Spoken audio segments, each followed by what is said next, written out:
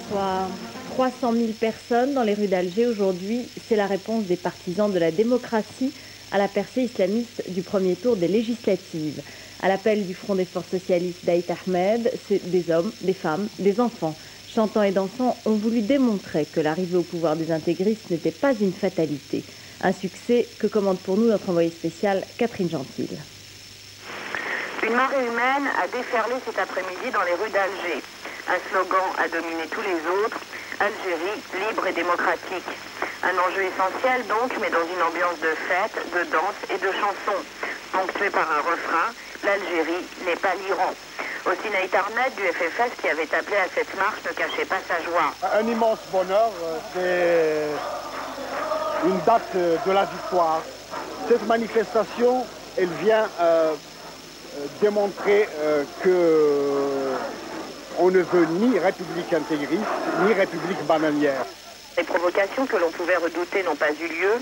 Seul un petit groupe de fondamentalistes a scandé République islamique au passage du cortège.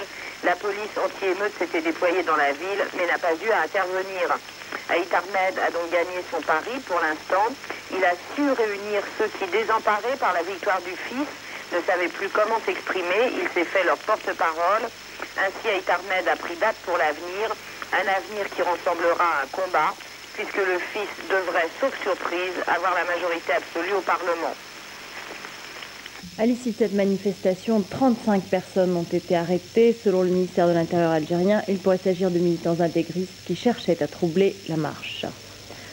Confusion, résignation et file d'attente toujours aussi longues, voilà comment on peut résumer l'atmosphère de ce premier jour de la libération des prix en Russie. Pour amortir les chocs, le gouvernement ukrainien et le gouvernement biélorusse ont distribué des coupons. Le détail du panier de la ménagère moscovite avec Carole Vénua. Malgré la hausse vertigineuse des prix, les files d'attente devant les magasins de Moscou étaient presque aussi longues qu'à l'accoutumée et les étals aussi peu garnis.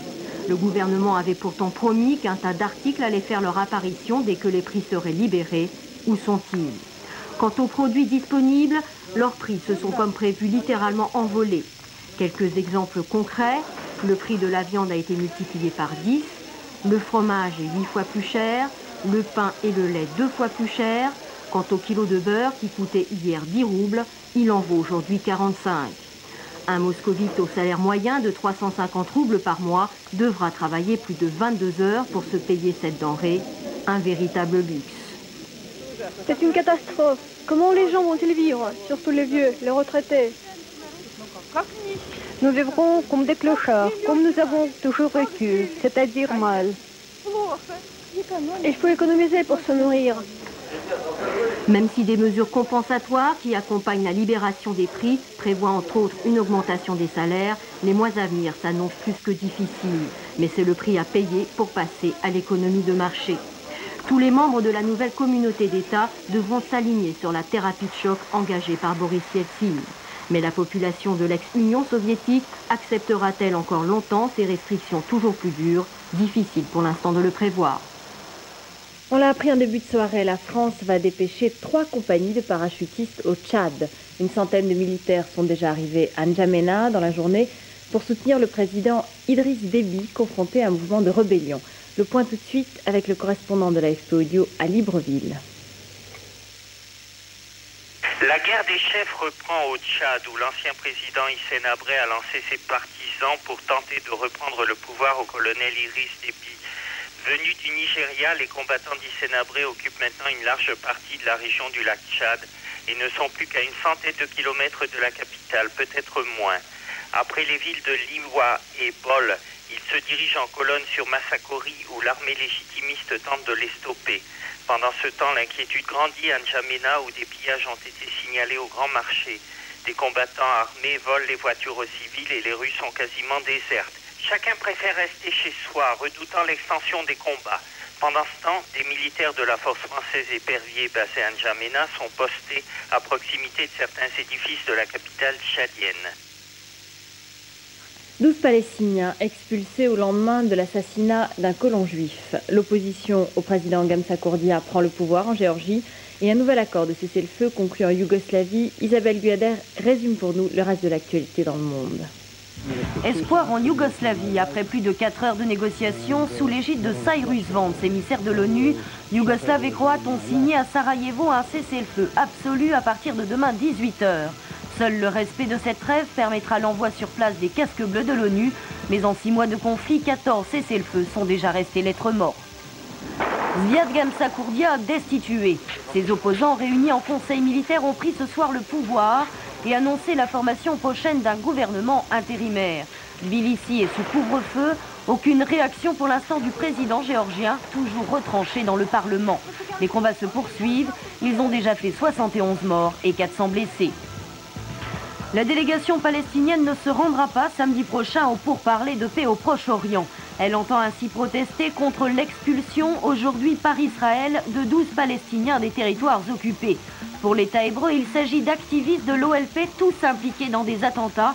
Ces nouvelles expulsions interviennent après l'assassinat hier d'un colon juif dans la bande de Gaza. Et puis Israël devrait envoyer un nouvel ambassadeur en France. Il s'agit de M. Yehuda Lankri, membre du parti Likoud, né au Maroc et diplômé de littérature française. Il est actuellement maire d'une petite ville dans le nord du pays. Il devrait remplacer prochainement Ovadia Sofer, l'ambassadeur actuel. En Sicile, l'armée semble contrôler la situation autour de l'Etna. Depuis hier, les militaires et les sauveteurs dressent des barrages de terre pour endiguer la coulée de lave. Les habitants du village voisin de Zaferana Etnea ne sont pas en danger car ils peuvent être évacués très rapidement, mais il s'agit tout de même de protéger leurs biens. En France, vin d'Alsace et ballotin de chocolat pour les 97 élèves de l'ENA qui ont débarqué aujourd'hui à Strasbourg. Mais les efforts déployés par la municipalité semblent vains. Les étudiants de la promotion Condorcet vivent toujours ce transfert comme un véritable exil. Reportage dans la capitale alsacienne de Jean-Pierre Stucki.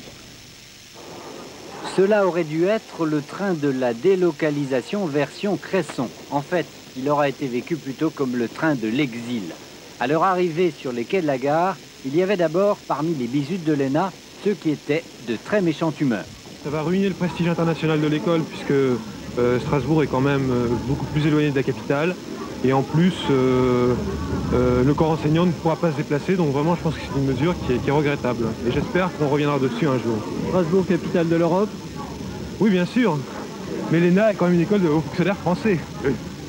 Il y avait les mécontents qui voudraient bien le dire, mais qui ne peuvent pas ou qui n'osent pas.